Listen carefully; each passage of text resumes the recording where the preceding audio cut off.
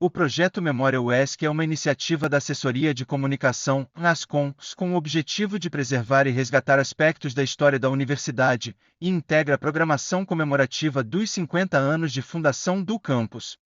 O acervo do projeto Memória será constituído por depoimentos de personalidades que fizeram parte da história institucional, cuja experiência foi relatada por meio de entrevista. Todo o conteúdo deste projeto está disponível como fonte de pesquisa, sendo obrigatório o crédito autoral. Professora Janete Ruiz de Macedo. Historiadora e fundadora do SEDOC. Docente na UESC desde a FESP. Entrevista feita no dia 21 de setembro de 2023.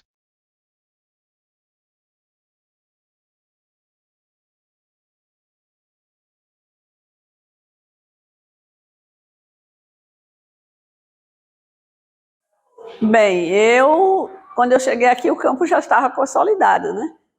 Eu cheguei na FESP, fui contratada na antiga FESP em 1980. Então, já existiam os 2 pavilhões e a torre estava em construção. Então, a gente já tinha mais ou menos a estrutura básica do campus, né? Que só foi crescendo. Mas os cursos que aqui funcionavam eram os cursos que tinham em Ilhéus e Itabuna, das antigas faculdades, né? A Faculdade de Filosofia de Itabuna, FAF, ela trouxe os 5 cursos que ela tinha: Estudos Sociais, Filosofia, Letra, Pedagogia e Ciências. Em Itabuna também trouxe a Faculdade, a FACEI, a Faculdade de Ciências Econômicas, né?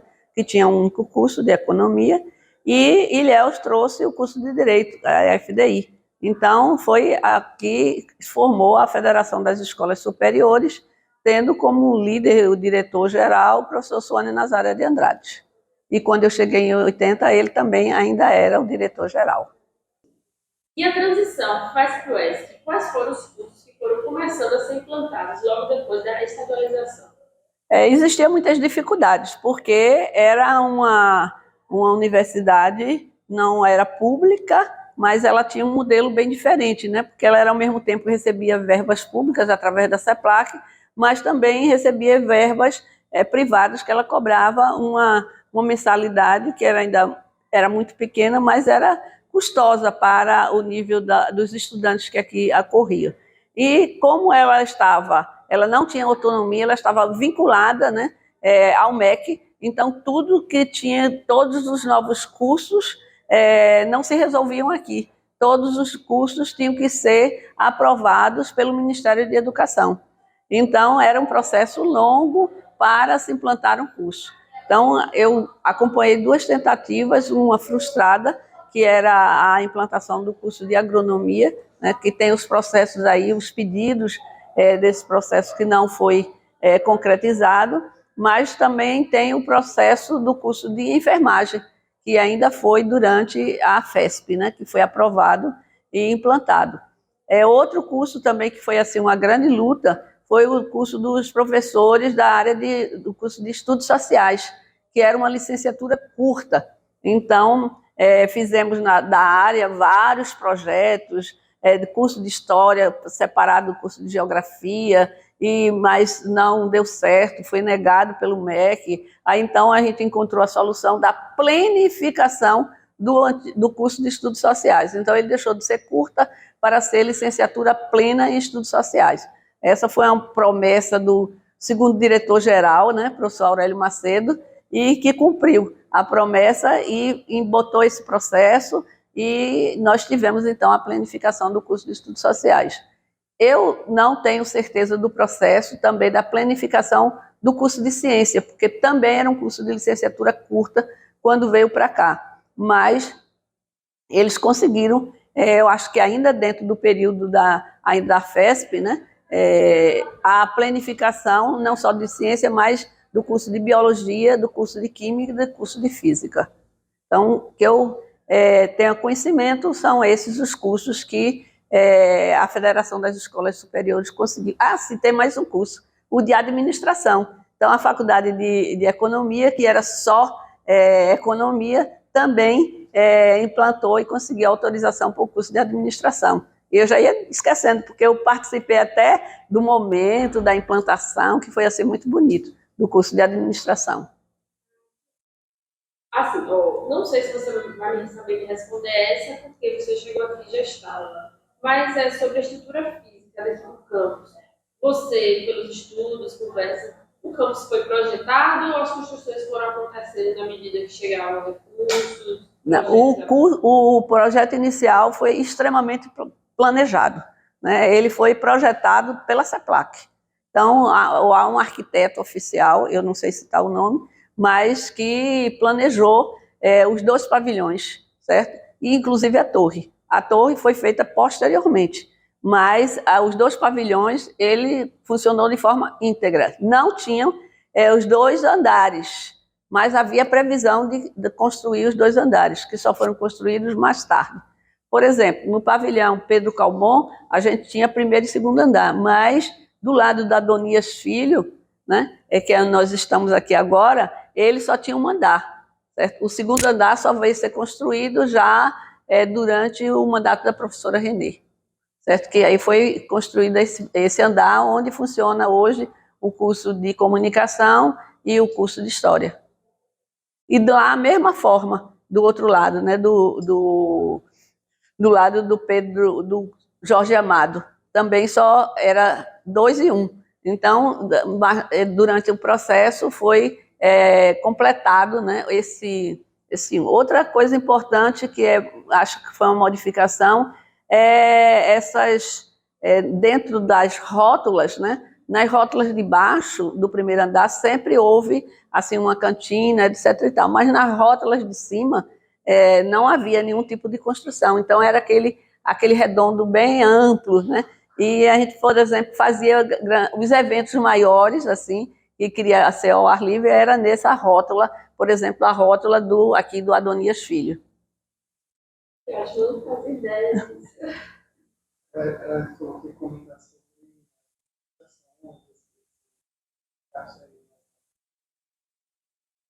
Das manifestações do tempo. No curso de enfermagem. Ah, sim, está falando do curso de enfermagem. Eu falei, não falei no curso de enfermagem. Falei que ele foi plantado nessa época. Agora não falei dessa briga aí. Na FESP, que já pegou para a estabilização. Uhum. Aí agora, vamos entrando um pouco mais na sua vivência.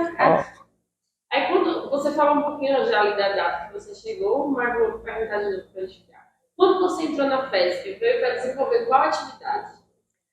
Bem, na FESP não era uma entidade ainda, e principalmente naquela época, não tinha concurso público, né? Então, havia sempre uma seleção, e nós éramos seletista e horista. Era essa a condição de trabalho para todos os professores, de forma igual. Então, quando eu cheguei aqui, eu já era formada, licenciada em História, licenciatura plena em História, pela Federal de Pernambuco, e assim que eu cheguei, que eu vim aqui via casamento, né? Então, apresentei meu currículo aqui ao Departamento de Estudos Sociais. E fiquei aguardando se um dia tivesse alguma vaga, porque estava todo mundo lotado. Quando chegou, isso eu cheguei em 1979, aqui na região, e no final do ano de 79, para começo de 80, surgiu uma possibilidade, uma professora de História Moderna e História do Brasil, professora Cleonice Almeida, estava fazendo um curso e precisava de uma folga durante pelo menos 6 meses. E foi chamada, então, meu currículo estava lá, foi apreciado, fui chamada para ter uma entrevista, né, lembro até hoje, professor Flávio Simões, professor Josué Brandão, professora Maria Palma, né, e professora Cleonice. Então, fui arguída nessa entrevista e fui aprovada e comecei a ministrar a aula de História Moderna. Foi o primeiro curso que eu dei aqui na UESC. Aí, vamos lá. Ao longo desse tempo, devem ter tido muitas histórias e momentos vivenciados. Você tem alguma assim que você lembra que foi muito marcante para você? Olha, uma coisa marcante, logo de início, é que depois eu fui dar uma disciplina que foi eu até estava contando aos alunos ontem, que história moderna tudo bem, mas logo depois eu também fui convidada para dar aula de história contemporânea no noturno. E eu estava contando aos alunos que essa foi a disciplina que eu tive de forma mais desorganizada na Federal de Pernambuco, né? E que tive que estudar muito. E nessa turma eu era caçula, todos os alunos eram mais velhos do que eu, né?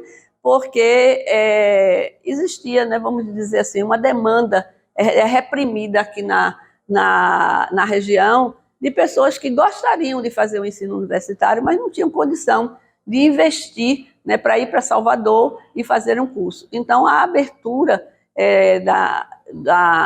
do ensino universitário aqui na região, ela foi assim, muito boa, que permitiu essas pessoas alcançar esse nível de estudo. Então, na verdade, o perfil na década de 70 e 80 era sempre pessoas assim que já tinham uma vivência, né, uma vivência profissional, às vezes já era professor, mesmo assim de caráter meio precário, né? Então vinha melhorar os seus estudos. Então eu era a caçula da turma.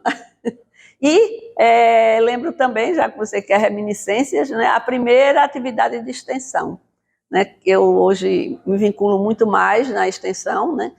Aqui na UESC no momento, e a minha primeira atividade de extensão foi para um local da Bahia muito fascinante, Rio de Contas, né? E comandando esse grupo de alunos de História Contemporânea, em que era dentro do projeto Tosta Filho, que foi outro projeto muito importante da Federação das Escolas Superiores, em que a federação, mesmo não tendo, por exemplo, curso de medicina, não tendo outros cursos que poderiam servir melhor à comunidade, mas ela ia, durante as férias, nesse projeto de extensão, e oferecia serviços como, por exemplo, curso de Direito, de habilitar as pessoas, tirar certidão disso, certidão daquilo, dar assistência jurídica àqueles municípios, né?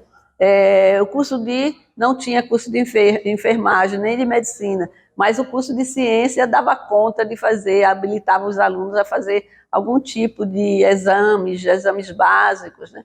E assim por diante. E o pessoal de história, né, ia fazer simplesmente sempre o levantamento do patrimônio, né, a história do lugar.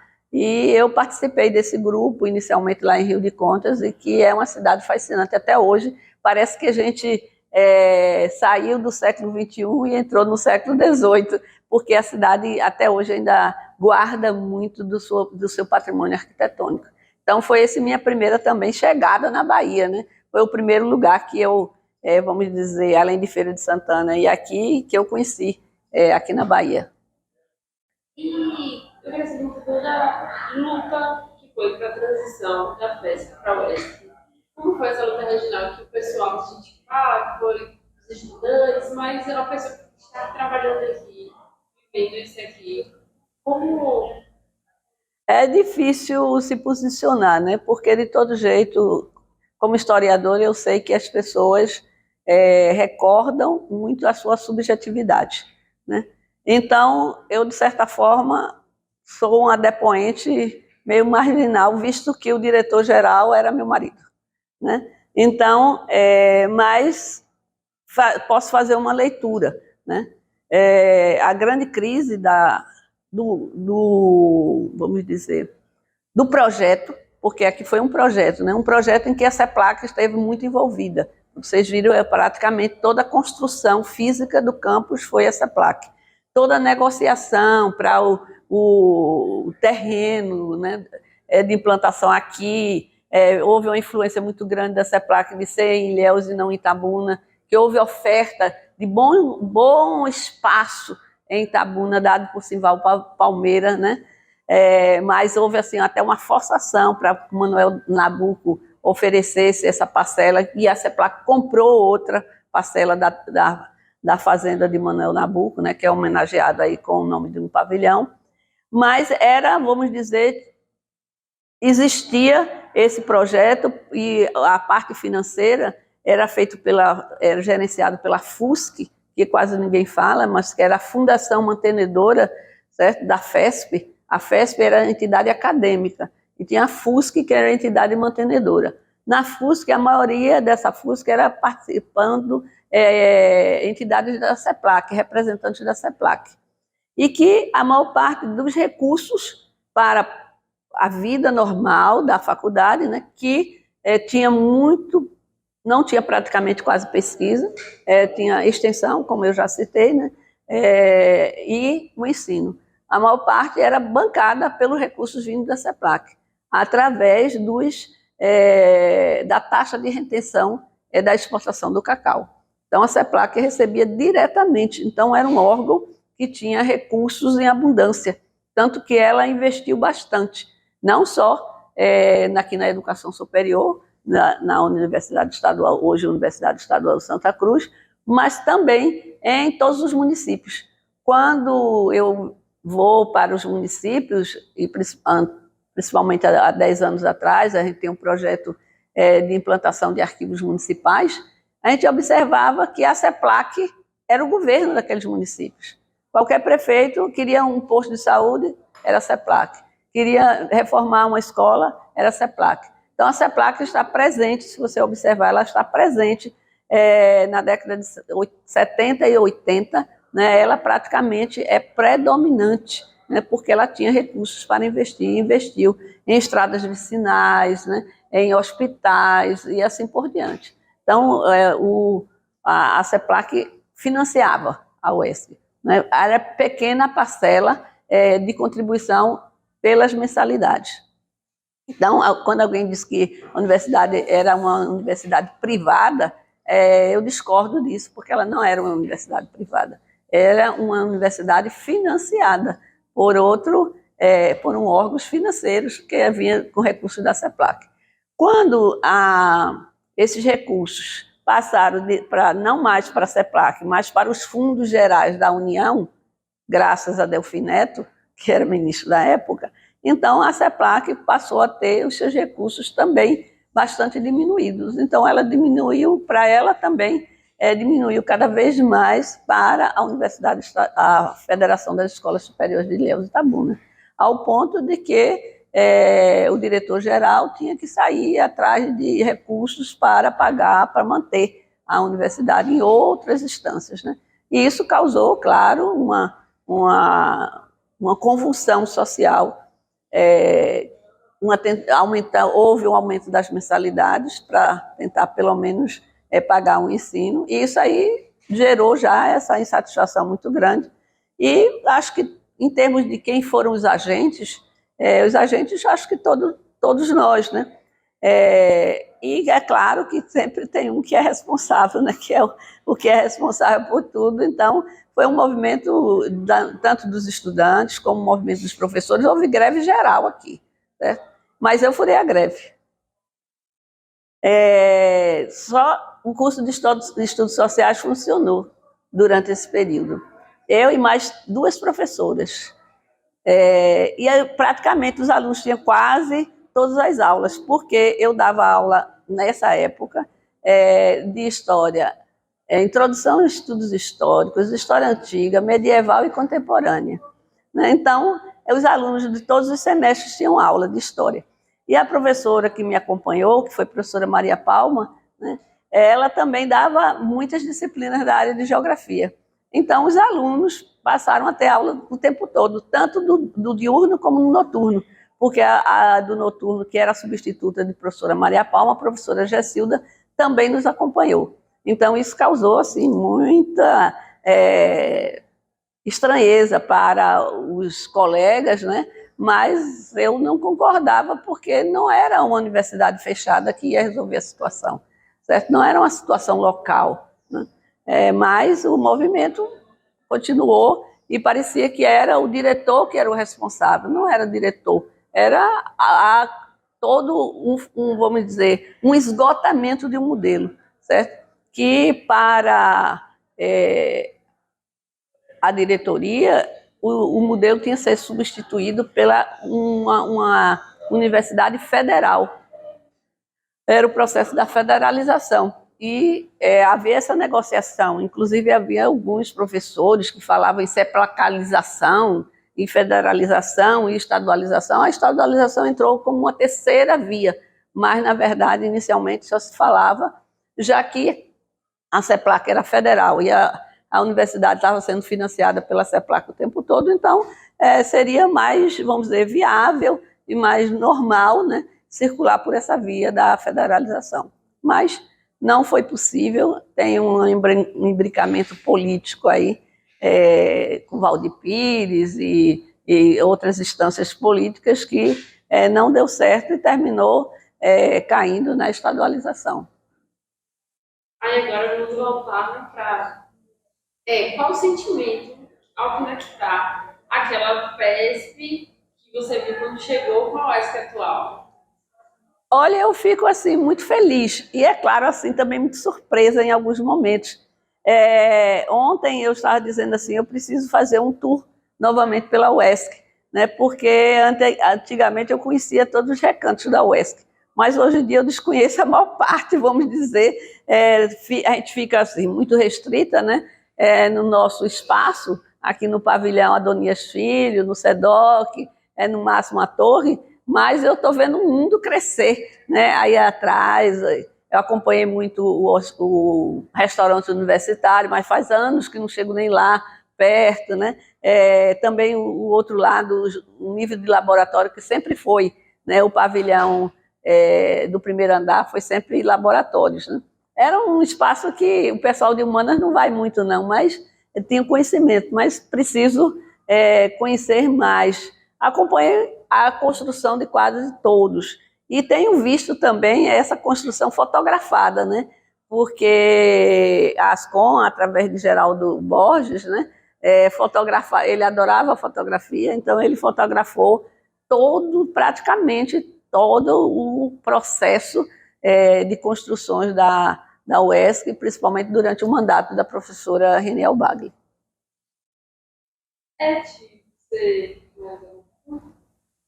Quando você chegou aqui na UESC, que era a FESP, ainda era a FESP, não é isso? Claro. Era uma média de uns 40 anos, certo? Isso, 1980. Aí eu ia te fazer uma pergunta que talvez parecesse óbvia, mas isso foi uma curiosidade. Como você chegava aqui? Você imaginava assim, essa universidade vai ser grande um dia, daqui a 50 anos, ela vai ser gigante, ela vai crescer, ou não, era coisa assim, você pensava, não, ela vai... tinha esse almejo para ela crescer desse jeito, para ela ter todos esses braços que ela tem, sendo na extensão, na pesquisa, ou não, era uma coisa que vocês imaginavam que era uma visão mais regional? Não, eu penso, né, que a gente sempre pensava em crescer, principalmente, por exemplo, a pesquisa, né, porque a gente não tinha praticamente pesquisa na universidade. E isso aí era uma lacuna que a gente sentia muito, né? Elaborava projetos, aí ia para a CEPLAC ver se aprovava aquele projeto, e aí só um ou dois, e aí ficava todo mundo revoltado, certo? Que não era privilegiado, a área de humanas sempre ficava em segundo plano, né? Mas, na verdade, foi um processo assim, muito lento. Por exemplo, eu vou dar um exemplo do curso de Estudos Sociais. Ele era uma licenciatura curta, formava apenas professores para ensinar um ensino fundamental 2, né? Até o ensino fundamental. Eles ensinavam o ensino no médio, mas de caráter precário, né? Quando a gente começa a planificar, consegue a planificação, em 88 dá um upgrade muito grande para o curso, porque agora a gente está formando, né, licenciados, e os nossos ex-alunos podiam fazer concurso aqui, certo? Podiam ser incorporado como corpo docente. E isso aí foi assim, muito importante. Outra coisa, outro salto, foi quando a gente fez o nosso projeto, a gente colocou obrigatoriamente o aluno ter que produzir um TCC, porque não existia, quando eu cheguei aqui na região, não existia praticamente nada escrito sobre a região, certo? Quando eu fui procurar o que é que tinha sobre a região, só tinha um livro do professor Arléu, certo? Por incrível que pareça, professor Arléu e professora Maria Palma que tinham escrito uns livros sobre a região, nada, certo? Então, a gente procurou, e a instituição do TCC não era só uma obrigação curricular, mas era uma necessidade de conhecer. Hoje você pode ver, está vendo essa prateleira aí toda amarela, todas de monografia dos alunos, e a maior parte todos sobre a região. Então, a gente passou a conhecer. Então, isso foi, assim, acho que considero uma das produções mais importantes da universidade, porque a gente conheceu. E esse próprio centro que a gente está aqui, ele surgiu por isso, porque os alunos diziam, professora, mas a gente, para fazer o TCC, a gente não tem fontes. Eu digo, tem fonte sim, nós vamos procurar onde tem, catalogar, trazer, né?